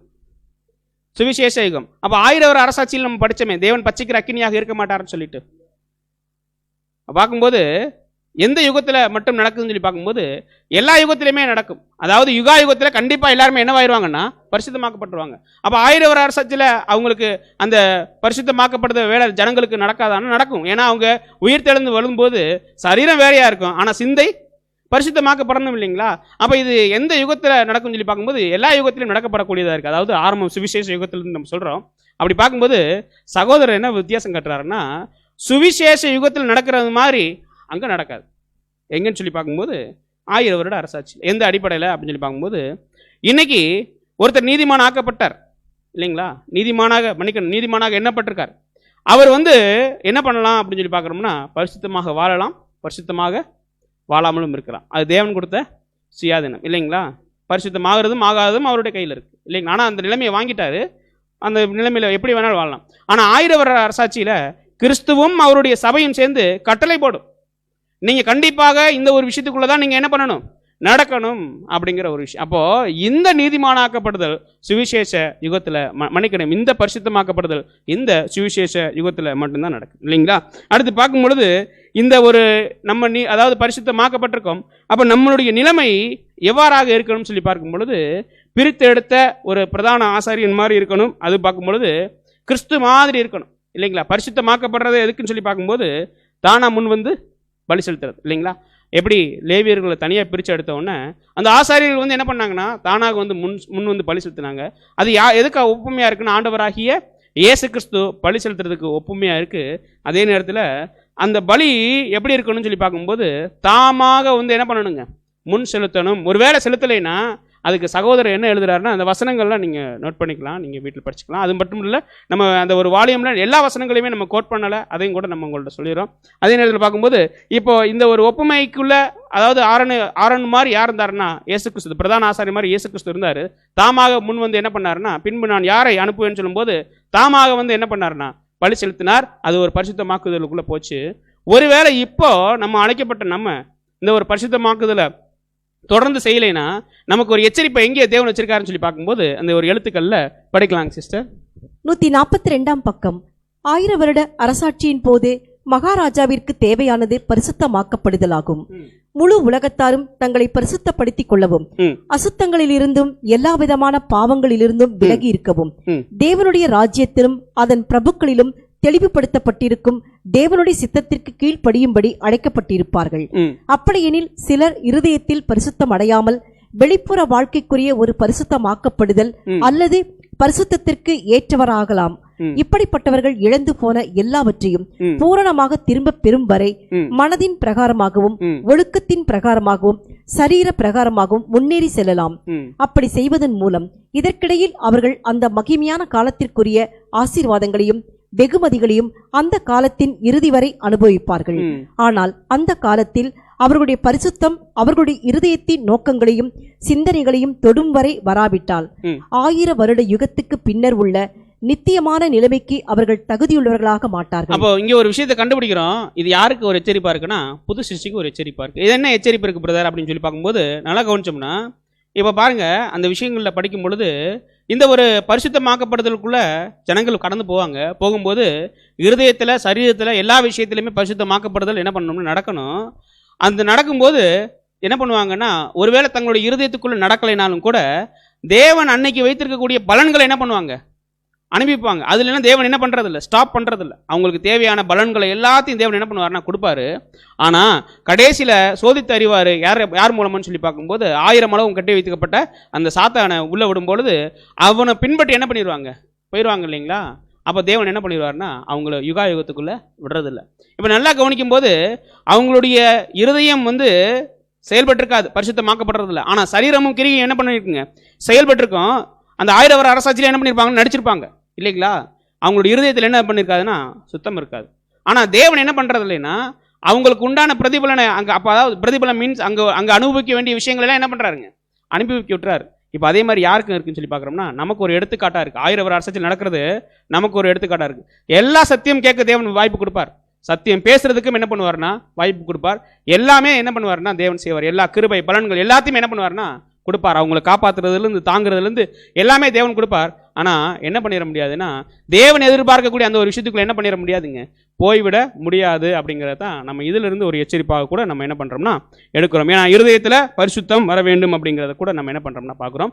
அப்போது இன்னைக்கு சகோதரர் எழுதும்போது இந்த சுவிசேஷ யுகத்தில் உங்களுக்கு பரிசுத்தமாக்குறதுக்கு என்று தேவன் என்ன கொடுத்துருக்காருன்னு சொல்லி பார்க்குறோம்னா பைபிள் கொடுத்துருக்காரு. இது அதாவது 1000 வருட அரசாட்சியில் நம்ம படிச்சிருக்கிறபடி அநேக புஸ்தகங்கள் தான் என்ன பண்ணப்படுங்க, திறக்கப்படுங்கிறத நம்ம என்ன பண்ணியிருக்கோம் படிச்சிருக்கோம். அன்னைக்கு பைபிள் எந்த மாதிரி நிலைமையில் இருக்குங்கிறது நமக்கு அந்த ஒரு சிந்தை நமக்கு இப்போ இல்லை இல்லைங்களா, அந்த ஒரு ஞானம் நமக்கு இப்போ கிடைக்கல. அதே நேரத்தில் இப்போ நீங்கள் பரிசுத்தமாக்குறதுக்கு இயேசு கிறிஸ்துவும் இருக்கார், அவருடைய வார்த்தைகளும் இருக்கு இல்லைங்களா. அப்போ நம்ம என்ன கண்டுபிடிக்கலாம்னா இப்போ நம்மக்கிட்ட பரிசுத்தமாகிறதுக்குன்னு மிகப்பெரிய ஒரு புஸ்தகத்தை தேவன் என்ன பண்ணியிருக்காருங்க, கொடுத்துருக்காரு இல்லைங்களா. அப்போ இந்த புஸ்தகத்துக்கு நாம் கொடுக்கக்கூடிய நிலை என்ன, அதான் கேள்வி. நிறைய நேரங்களில் நம்ம என்ன பண்ண மாட்டோம், பைபிளையே இல்லைங்களா? அதனால் கவனிக்கும் போது நமக்கே ஒரு ஒரு சில விஷயங்கள் கற்றுக்கொள்கிற மாதிரி இருந்துச்சு. அப்போது நம்ம சகோதரர்கள் கூட பாடம் எடுக்கும்போது சொல்லுவாங்க முன்னாடிலாம், நீங்கள் ஆஃபீஸ்க்கே போனால் கூட நீங்கள் என்ன கொண்டு போங்க, ஏன்னா நீங்கள் ஒரு பாவம் பண்ணுறதை கண்டிப்பாக அதை என்ன பண்ணணும், அதை பார்த்தாலே தடுக்கக்கூடிய ஒரு விஷயம் இல்லைங்களா? அப்போ நம்ம கரங்களில் வைத்திருக்கக்கூடிய பைபிளுக்கு நம்ம எவ்வளோ மதிப்பு கொடுக்கணும் அப்படிங்கிறத கூட நம்ம இது மூலமாக நம்ம கண்டுபிடிக்கிறோம். ஏன்னா ஒரு பரிசுத்தமாகிறதுங்கிறது, நான் பரிசுத்தராக இருக்கிறது போல நீங்களும் என்ன பண்ணுங்க, பரிசுத்தராய் இருங்க அப்படிங்கிற தேவன் சொல்றாருன்னா, அந்த ஒரு விஷயத்தை நிறைவேற்றுவதற்கு நம்ம கரத்திலே தேவன் என்ன பண்ணியிருக்காருன்னா ஒரு அருமையான வாய்ப்பை கொடுத்து வச்சிருக்காருங்கிறத கூட நம்ம என்ன பண்றோம்னா பார்க்குறோம். அடுத்து பார்க்கும் பொழுது இந்த ஒரு பரிசுத்தமாக்கப்படக்கூடிய விஷயத்தை தேவன் எதில் வச்சிருந்தாருன்னு சொல்லி பார்க்குறோம்னா, பழைய ஏற்பாட்டு நிழலான ஆசாரிகள் நிழலான இஸ்ரேல் ஜனங்கள் இருக்காங்க இல்லைங்களா, அவங்களுக்குள்ள வச்சிருந்தார். எதன் அடிப்படையில் வச்சிருந்தாருன்னா இந்த வசனத்தின் அடிப்படையில். அந்த வசனம் படிக்கலாங்க சிஸ்டர். லேவியராகமம் 20:7-8 ஆதலால் நீங்கள் உங்களை பரிசுத்தப்படுத்தி பரிசுத்தராய் இருங்கள், நான் உங்கள் தேவனாகிய கர்த்தர். என் கட்டளைகளை கைக்கொண்டு நடவுங்கள், நான் உங்களை பரிசுத்தமாக்குகிற கர்த்தர். பாத்தீங்கன்னா இந்த இடத்துல ரெண்டு விஷயம் நம்ம கண்டுபிடிக்கிறோம் இந்த வசனத்தின் மூலியமாக. அதாவது பழைய ஏற்பாட்டில் கொடுக்கப்பட்ட வசனம் பரிசுத்தமாக்கப்படுதலுக்கு இஸ்ரேல் ஜனங்களை முன்வைத்து நமக்கு என்ன பண்றாருன்னு தேவன் வசனம் கொடுக்குறாரு. இதுல நல்லா கண்டுபிடிச்சோம்னா நாம் செய்ய வேண்டியது, ஆதலால் நீங்கள் உங்களை நீங்க என்ன பண்ணுங்க, பரிசுத்தப்படுங்க. பரிசுத்தமாக்கப்படுற நிலைமையை தேவன் என்ன பண்றாருன்னு ஆரம்பிச்சு வச்சுட்டாரு. நீங்க என்ன பண்ணுங்கன்னா பரிசுத்தம் ஆகுங்க. அதே நேரத்தில் நீங்கள் உங்களை பரிசுத்தப்படுத்துங்கள், பரிசுத்தராக இருங்கள், உங்கள் தேவனாகிய கர்த்தர், அதாவது உங்கள் தேவனாகிய கர்த்தர் எப்படி இருக்காருன்னா பரிசுத்தமாக இருக்காரு. என் கட்டளைகளை நீங்கள் கைக்கொண்டு நடவுங்கள், நான் உங்களை என்ன பண்ணுவேன், பரிசுத்தமாக்குற கவுல். பைபிளை வச்சு நடந்தோம்னா தேவன் என்ன சொல்றாருன்னு சொல்லி பார்க்கும்போது, நீங்க ஒன்று பண்ணுங்க, நான் ஒன்று பண்ணிடுறேன். நீங்க வசனத்தை கைகொள்ளும் பொழுது நான் உங்களை என்ன பண்ணிடுறேன்னா பரிசுத்தமாக்குறேன் இல்லைங்களா? வசனத்தை கைகொள்ளக்கூடியவங்க கண்டிப்பா என்ன பண்ணுவாங்கன்னா அந்த பரிசுத்தமான விஷயத்துக்குள்ள போவாங்கன்னு சொல்லி பார்க்குறோம். அப்போ அடுத்து என்ன பண்றாருன்னா, இந்த பரிசுத்தமாக்கப்படுதலுக்கு நேர பழைய ஏற்பாட்டு காலத்துக்கு என்ன பண்ணிடுறாருன்னா ஒரு நிழலுக்குள்ள சகோதரர் எழுதக்கூடிய விஷயத்தை நம்ம கண்டுபிடிக்கிறோம். எப்படின்னு சொல்லி பார்க்கும்போது, அதாவது பலி பரிசுத்தமாக்கப்படுறது எதுக்குன்னு சொல்லி பார்க்குறோம்னா பலி செலுத்துறதுக்கு தான் இல்லைங்களா? பரிசுத்தமான மட்டும்தான் ஒருத்தர் பலி செலுத்த முடியும் இல்லைங்களா? அது இல்லாமல் நம்ம செலுத்த முடியுமா? செலுத்தவே முடியவே முடியாது. அப்போ இந்த பரிசுத்தமாக்கப்படுதலுக்கு ஒரு நிழலை எங்கிருந்து எடுக்கிறாருன்னா சகோதரர் பழைய ஏற்பாட்டில இருந்து என்ன பண்றாருன்னா எடுக்கிறாரு. அப்போ பழைய ஏற்பாட்டில் யாரை தேவன் பரிசுத்தப்படுத்தினார்? எல்லா ஜனங்களையும் இஸ்ரேல் ஜனங்கள் தான் இருந்தாங்க. எல்லாருமே தேவன் பரிசுத்தப்படுத்தினாருன்னா இல்லை. யாருன்னு சொல்லி பார்க்கும்போது, லேவியர்களை எனக்கென்று நான் என்ன பண்றேன், இந்த ஜனம் கர்த்தருடைய ஊழியத்திற்கென்று நான் என்ன பண்றேன்னா அந்த பிரித்து எடுக்கிறது தான் சகோதரர் என்ன சொல்றாருன்னா பரிசுத்தமாக்கப்படுதல். அதாவது பழைய ஏற்பாட்டு காலத்தில் நமக்கு நிழலா என்ன பண்ணுதுன்னா இருக்கு அப்படிங்கிறது. இப்போ அந்த லேவியர்களை பிரித்து எடுக்கும் பொழுது அவங்களுக்குன்னு தேவன் என்ன பண்ணியிருந்தாரு சொல்லி பார்க்குறோம்னா ஒரு வித்தியாசத்தை காட்டியிருந்தார். மற்ற ஜனங்களுக்கும் லேவியர்களுக்கும் என்ன இருந்துன்னு சொல்லி பார்க்கும்போது எதில் வித்தியாசம் கண்டுபிடிக்கலாம்னா ட்ரெஸ்ஸில், அவங்க போட்டிருக்கிற ட்ரெஸ்ஸில் என்ன பண்ணிடலாம்னா இவர் ஒரு ஆசாரியன், இவர் ஒரு ஆசாரியனுடைய உதவியாளருங்கிறத என்ன பண்ணிடலாம்னா கண்டுபிடிச்சிடலாம் இல்லைங்களா? அதில் கூட என்ன ஒரு பாடம் இருக்குன்னா, அதாவது ஆவிக்குரிய இஸ்ரேலர்கள் எல்லாருமே எப்படி அழைக்கப்பட்டிருக்காங்கன்னா, இப்போ என்னவா அழைக்கப்பட்டிருக்காங்க, அந்த ஒரு ஆசாரிய கூட்டத்துக்குள்ள என்ன பண்ணப்பட்டிருக்காங்கன்னா அழைக்கப்பட்டிருக்காங்க. அப்போ அவங்களுக்கு கொடுத்தது மாதிரியே நமக்கும் என்ன பண்ணப்பட்டிருக்குன்னா கொடுக்கப்பட்டிருக்கு. அவங்களை அடையாளம் கண்டு கொள்றதுக்கு என்ன கொடுத்தாருன்னா தேவன் வெண் வஸ்திரம் கொடுத்தாரு இல்லைங்களா? சணல் வஸ்திரம்லாம் மற்ற ஜனங்கள் அணிய முடியுமானா இல்லை. அதை பார்க்கும்போது லேவியர்களுக்குன்னு என்ன பண்ணப்பட்டாருன்னா கொடுக்கப்பட்டார் இல்லைங்களா? அந்த குல்லா எல்லாமே இல்லைங்களா? அதெல்லாம் வித்தியாசப்படுத்தி காட்டுச்சு. அதே நேரத்தில் அவங்களுக்கு வெண் வஸ்திரம், அதே நேரத்தில் வந்து பார்க்கும்போது அபிஷேக தைலம். அப்போ இது யாருக்கும் ஒரு ஒப்புமையாக இருக்குன்னா நமக்கு ஒரு ஒப்புமையாக இருக்குது. அப்போ இந்த வெண் வஸ்திரம், அபிஷேக தைலம் இதெல்லாம் எதை அடையாளப்படுத்துதுன்னா தாழ்மையையும் அன்பையும் என்ன பண்ணுதுங்க, பரிசுத்த ஆவியையும் அடையாளப்படுத்தக்கூடியதாக இருக்குது. இப்போ இந்த மாதிரி பிரித்தெடுக்கப்பட்டவங்க இருக்காங்க இல்லைங்களா? அதாவது இந்த மாதிரி பிரித்தெடுக்கப்பட்டவங்க இவங்களுக்குள்ள 2 பேர் இருந்தாங்க, கரெக்டாக இல்லைங்களா? லேவியர்களுக்குள்ள தேவன் பிரித்து எடுத்தாரு. இந்த லேவியருக்குள்ள 2 வகுப்பாக இருந்தாங்க. 2 வகுப்பாருங்கிறத நம்ம எதை அடையாளப்படுத்துகிறோம்னா, அதாவது ஆசாரிப்பு கூடாரத்துக்கு உள்ளே போய் வேலை பார்க்குறவங்க ஒருத்தவங்க, வெளியில் பிரகாரத்தில் வேலை செய்கிறவங்க ஒருத்தவங்க. பிரகாரத்தில் வேலை செய்கிற எல்லாருமே அங்கே உள்ளே போயிட முடியுமாண்ணா? இல்லை. அது ஆசாரியருடைய அவங்களோட சார்ந்தவங்க மட்டும்தான் என்ன பண்ண முடியும்னா போக முடியும். அப்போ 2 வகுப்பார் என்ன பண்ணுறாங்கன்னா இருக்காங்க இல்லைங்களா? அப்போ நம்ம கவனிக்கும் போது இந்த வசனங்கள்லாம் நோட் பண்ணிக்கங்க. ஒருத்தர் பலி கண்டிப்பாக செலுத்தி ஆகணும். அதான் எபிரேயரில் படிக்கிறோம். அதாவது ஒவ்வொரு பிரதான ஆசாரியனும் காணிக்கைகளையும் பலிகளையும் செலுத்தும்படி நியமிக்கப்படுகிறான். ஆதலால் செலுத்தும்படிக்கு ஏதோ ஒன்று அவருக்கு என்னவா இருக்குன்னா அவசியம் இருக்கு. பலி செலுத்தாமல் கண்டிப்பாக என்ன பண்ண முடியாதுன்னா ஒருத்தர் அந்த ஒரு வாய்ப்புக்குள்ளேயே போக முடியாது இல்லைங்களா? இப்போ ஒரு உதாரணத்துக்கு ஒரு வைக்கலாம். பலி செலுத்தணும்னா ஒருத்தருக்கு என்னென்ன தேவை? ஏதாவது கொஞ்சம் பேசுனீங்கன்னா நல்லா இருக்கு. என்னங்க சிஸ்டர்? அதாவது இப்போ வந்து பார்த்தீங்கன்னா ஒரு சராசரி ஒரு புது சிஷியா ஒருத்தர் அழைக்கப்பட்டு நம்மலாம் வந்திருக்கோம் இல்லைங்களா? பலி செலுத்துறதுக்கு நம்ம என்ன தேவைன்னா ரோமர் 5 அதாவது ரோமர் 12 நம்ம படிக்கிறோம். நேரம், அவங்களுடைய சரீரம், தாளந்து எல்லாத்தையுமே நம்ம கொடுக்கணும் இல்லைங்களா? ஒருத்தருக்கு வந்து ஒரு புது சிஷ்யா ஒருத்தர் அழைக்கப்பட்டு வந்திருக்காருன்னு நீங்கள், அவருக்கு கண் இல்லை, வாய் பேச முடியாது, 2 கையில் 2 காலில், அவர் என்ன பலி செலுத்துவார்? ஏன்னா இந்த இடத்துல நம்ம நிதானிக்கணும். பலி செலுத்த முடியாமல் ஒருத்தர் அந்த இதுக்குள்ளே போகும், அதாவது பரிசுத்தமாக்கப்படாமல், அதாவது பரிசுத்தமாக்கப்படுறதே பலி செலுத்துறதுக்கு தானா? இப்போ பலி செலுத்தாமல் எப்படி ஒருத்தர் வந்து பண்ண முடியும்? அவர் என்ன பலி செலுத்துவார்? இருதயத்தை சகோதரர் நெருங்கிட்டாங்க. இருதயத்தில் அவர் சுற்றி நடக்கக்கூடிய ஊழியங்களுக்காக ஜெபம் பண்ணாலே என்னன்னு சொல்லி பார்க்குறோம்னா அது மிகப்பெரிய பலிதான் அப்படிங்கிறத கூட சகோதரர் என்ன பண்ணுறாங்கன்னா நிறைய இடங்களில் மேற்கோள் என்ன பண்ணுறாங்கன்னா காட்டுறாங்க. இப்போ பாருங்க, இப்போ பிரித்தெடுத்த லேவியர்களுக்குள்ள இருந்தாங்க இல்லையா? பிரித்தெடுத்த லேவியர்கள் மற்ற ஜனங்களை காட்டிலும் ஒரு தனி வகுப்பாராக இருந்தாங்க. அந்த லேவியர்களுக்குள்ளேயே எத்தனை பேர் இருந்தாங்கன்னா 2 குரூப் இருந்தாங்க இல்லைங்களா? பொதுவான லேவியர்கள் இல்லைங்களா? ஒருத்தவங்க பார்க்கும்போது பொதுவான லேவியர்கள், அதாவது பொதுவான லேவியர்கள்னா எல்லாமே அந்த லேவியருக்குள்ளே யார் இருக்காங்கன்னு சொல்லி பார்க்கும்போது ஆசாரியர்கள் இருக்காங்க. அப்போ இந்த பொதுவான லேவியர்கள், அதாவது எல்லா லேவியர்களுமே பரிசுத்தமாக்கப்பட்டவங்க தான், பிரிச்செடுக்கப்பட்டவங்க தான். அதில் வந்து பார்க்கும்போது அந்த எல்லா லேவியர்களுமே எதை அடையாளப்படுத்துன்னு சொல்லி பார்க்கும்போது பொதுவான விசுவாசிகள், இன்றைய நாளில் இருக்கக்கூடிய பொதுவான விசுவாசிகள். இப்போ நம்ம கேள்வி வருதுங்களா, எப்படி தேவன் அவங்கள பரிசுத்தப்படுத்திருக்காரா?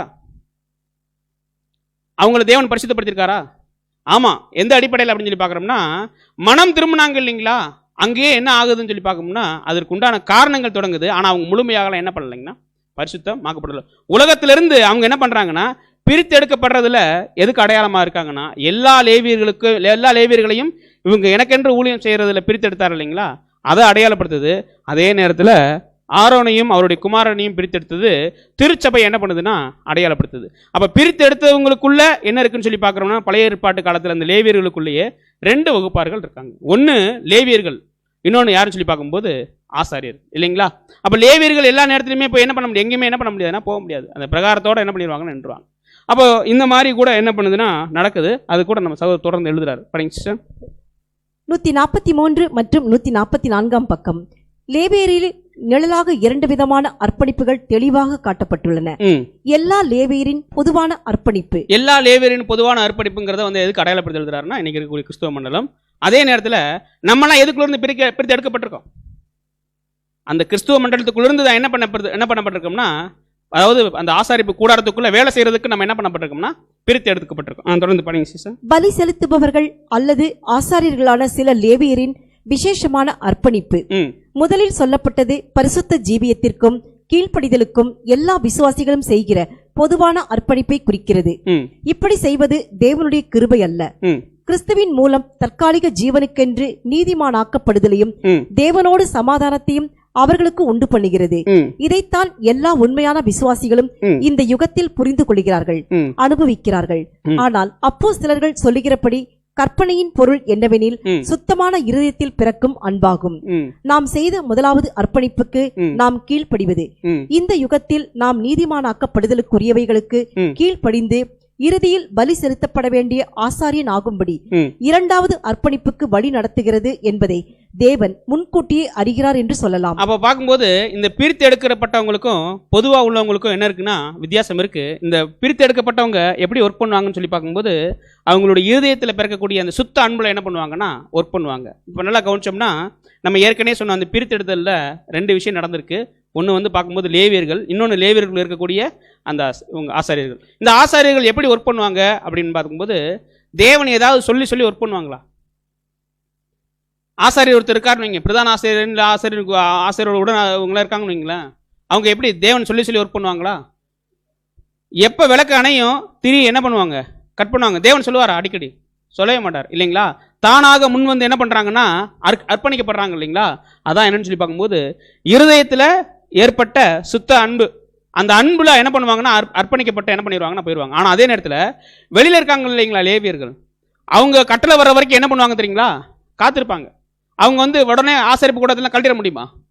எப்போ அவங்க வந்து அந்த கட்டளை வருதோ அப்போ தான் வந்து என்ன பண்ண முடியும்னா பண்ண முடியும். அதான் பார்க்கும்போது அர்ப்பணிக்கப்பட்டவங்க வேற, அதே நேரத்தில் அந்த கட்டளைகளுக்காக காத்திருந்து வேலை செய்கிறவங்க வேற. அதே நேரத்தில் நம்ம நல்லா கவனிச்சு பார்த்தோம்னா நிறைய நேரங்களில் நம்ம என்ன பண்ணுவோம்னா தேவன் ஏதாவது வேலை கொடுத்தா என்ன பண்ணுவோம், செய்யலாம் அப்படின்னு வந்துட்டோம்னா நம்ம என்ன கேட்டகரிக்கு போகிறோம்னா அந்த கேட்டகரி. ஏதாவது தேவன் எனக்கு வேலை கொடுக்க மாட்டாரான்னு தேடி செய்யற பார்த்தீங்களா, அது வேற. அப்போ அர்ப்பணிக்கப்பட்டவங்களையும் என்ன இருக்குன்னு சொல்லி பார்க்குறோம்னா வித்தியாசம் இருக்கக்கூடிய விஷயத்தை தான் சகோதரர் என்ன எழுதுறாருன்னா, கற்பனையினுடைய பொருள் என்னவெனில் சுத்தமான இருதயத்தினுடைய பிறக்கக்கூடிய அந்த மாயமற்ற விசுவாசத்தில் பிறக்கக்கூடிய அன்பு அப்படிங்கிற ஒரு விஷயத்தில் அந்த ரெண்டு லேவியர்களுக்குள்ள பிரிந்தெடுத்த ரெண்டு விஷயத்தை பரிசுத்தமாக்கப்படுதலுக்கு என்ன பண்றாருன்னா காட்டுறாரு.